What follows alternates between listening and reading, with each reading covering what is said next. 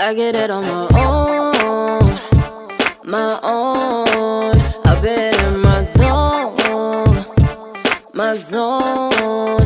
Salut à tous, j'espère que vous allez bien. Donc je me présente, Divine Ilunga, et dans le fond je suis une créatrice de contenu, je suis aussi une mannequin. Je viens tout juste de débuter dans le mannequinat, à peu près en même temps que j'ai commencé ma chaîne YouTube, je vous dirais, donc il y a environ 2 ans.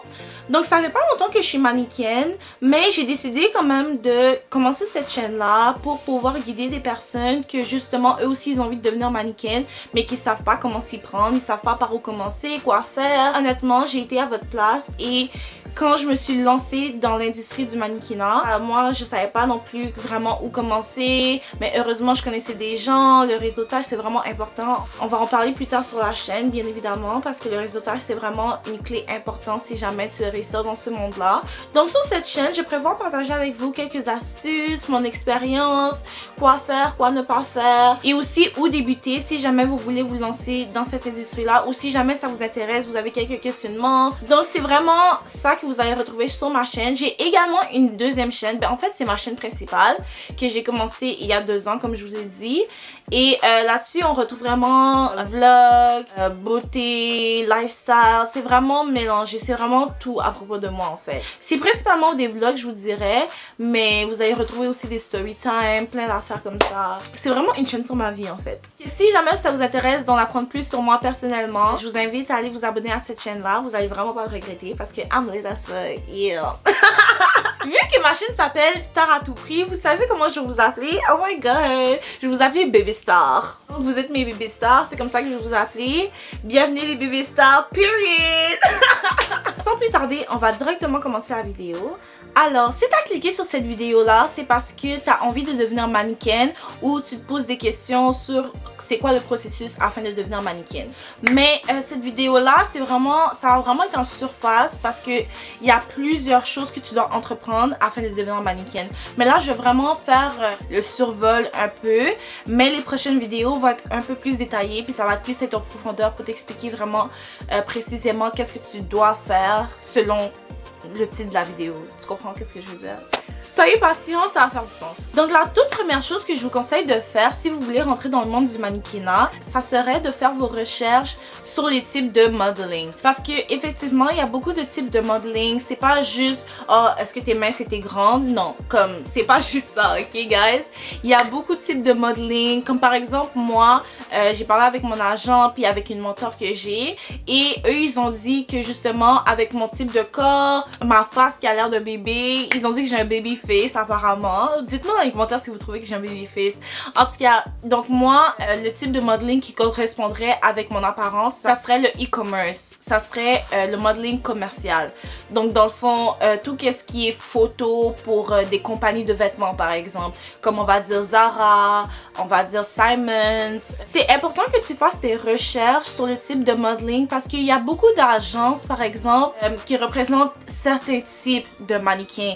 Il y a des types de mannequins que c'est plus poussé sur le fashion par exemple, c'est eux qui vont défiler, c'est eux que les grandes marques de vêtements haute couture vont rechercher parce que c'est ça le type de modeling standard si je peux dire ça comme ça, parce que c'est vraiment des personnes minces et grandes. Donc c'est vraiment plus ce genre de personnes là qui va être plus poussé vers le high fashion. C'est important que tu fasses tes recherches sur les types de modeling parce que justement malheureusement tu pourras pas faire n'importe quel type de modeling. Si tu veux vraiment aller loin, il faudrait vraiment que tu choisis ta niche, si je peux dire ça comme ça. Veux pas, le monde du modeling c'est vraiment compétitif. Fais des recherches sur les types de modeling parce que c'est vraiment en comprenant c'est quoi les looks différents qu'il y a que tu vas être capable de voir quelle agence te correspondrait le mieux, avec quelle agence tu fitterais le plus. Parce que tu t'irais pas, on va dire, moi j'irais pas appliquer dans une agence de high fashion parce que je sais qu'ils vont pas me prendre parce que c'est pas physiquement, c'est pas ça qu'ils recherchent. Parce qu'ils ont plusieurs critères, puis c'est vraiment strict.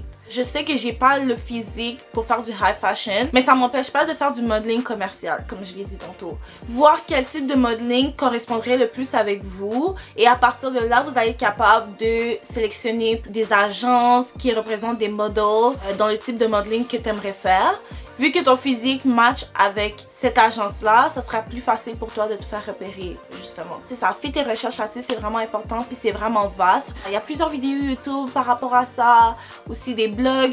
Il y a aussi ce site-là internet que tu peux aller voir. Je pense que c'est à peu près toutes les agences qu'il y a de mannequinat qui existent dans le monde. Donc tu vas pouvoir aller voir là-dessus, cliquer sur les agences, voir de quoi ont l'air leurs mannequins, et ça va t'aider à avoir une image de qu'est-ce que tu dois entreprendre, quel genre de photos tu devrais entreprendre, vers quel genre de style tu devrais te diriger pour pouvoir être signé avec cette agence-là.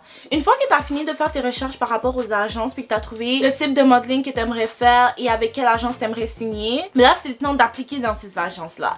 Donc la plupart des agences, ils ont un site internet sur lesquels tu peux appliquer. Il va y avoir un formulaire à remplir, tu rentres ton nom, d'où tu viens, nanana. Quand tu appliques dans les agences, dans le fond, ils vont te demander des photos. Et il faut déjà que tu les aies, bien évidemment.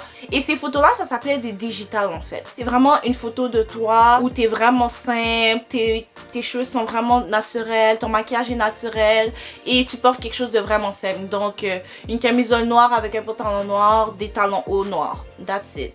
C'est vraiment ça qui va permettre à l'agence de te voir au plus naturel possible. Ils vont te demander à ce que tu aies soit un make-up vraiment naturel qui paraît vraiment pas ou que tu sois juste pas maquillée. Donc ces photos-là, ça s'appelle des digitales. Puis c'est ces photos-là que tu soumets sur le site internet quand tu vas appliquer dans une agence. Donc je vais avoir une vidéo qui est dédiée à vous montrer ça serait quoi un bon exemple de digital.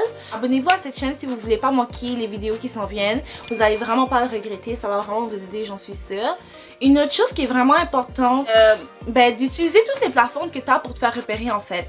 Donc YouTube, TikTok, Instagram. La plupart des agences sont sur les réseaux sociaux. Donc eux, ils cherchent activement à faire signer des gens, tu vois, à découvrir des nouveaux visages et tout ça. Donc Instagram, c'est vraiment un bon outil si tu es mannequin puis que tu désires te lancer là-dedans. C'est vraiment un bon outil à utiliser pour pouvoir te faire découvrir. Donc il faudrait que tu arranges ton Instagram. Il faudrait que tu rendes ton Instagram esthétiquement plaisant. C'est important que ton Instagram soit un peu arrangé. Dans le fond, si jamais il y a un manager, un scout qui tombe sur ton profil, il faudrait que ton Instagram ait l'air quand même assez professionnel pour que ça attire ces agents-là justement à venir en savoir plus sur toi ou à venir te signer, hopefully. Donc, ton Instagram doit quand même être clean. Puis c'est important que dans ta bio, que ce soit écrit quelque chose qui est relié au mannequinat. Ça montre que c'est ça que tu fais, puis que t'es pas juste une personne random. Comme il y a des gens aussi qui n'ont pas rapport avec le mannequinat, puis qui se font découvrir comme ça du jour au lendemain. Mais c'est bien quand tu montres que t'es dans cet univers-là un peu. Assure-toi que c'est spécifié sur ton profil que t'es intéressé au mannequinat. On va dire, soit ta profession, tu peux mettre mannequin, fashion model. Et ça, c'est la chose la plus logique, me semble. Mais il faut que ton profil soit public. Parce que comment tu veux qu'on te découvre si t'es privé? On peut même pas voir tes photos ni rien. Donc Instagram, ça peut beaucoup aider justement à se faire découvrir, à connecter avec des gens qui sont dans ce milieu-là, des photographes, d'autres mannequins, des stars. Comme tu sais jamais sur qui tu peux tomber sur Instagram. Honnêtement, c'est tellement un monde ouvert. On va rentrer dans ce sujet-là plus en profondeur dans une autre vidéo que je vais dédier spécifiquement à ça. Comme je vous l'ai dit, ça c'est vraiment un survol de qu'est-ce que vous devriez faire en général. Donc ça c'est vraiment la base si tu veux devenir mannequin. Mais attends-toi à plus de détails dans les prochaines vidéos qui s'en viennent. Donc j'espère que vous avez aimé cette vidéo-là. N'oubliez pas de like, comment, share, everything, you know the drill. Et on va se revoir dans une prochaine vidéo. Merci beaucoup d'avoir regardé jusqu'à la fin. Au revoir. Mouah.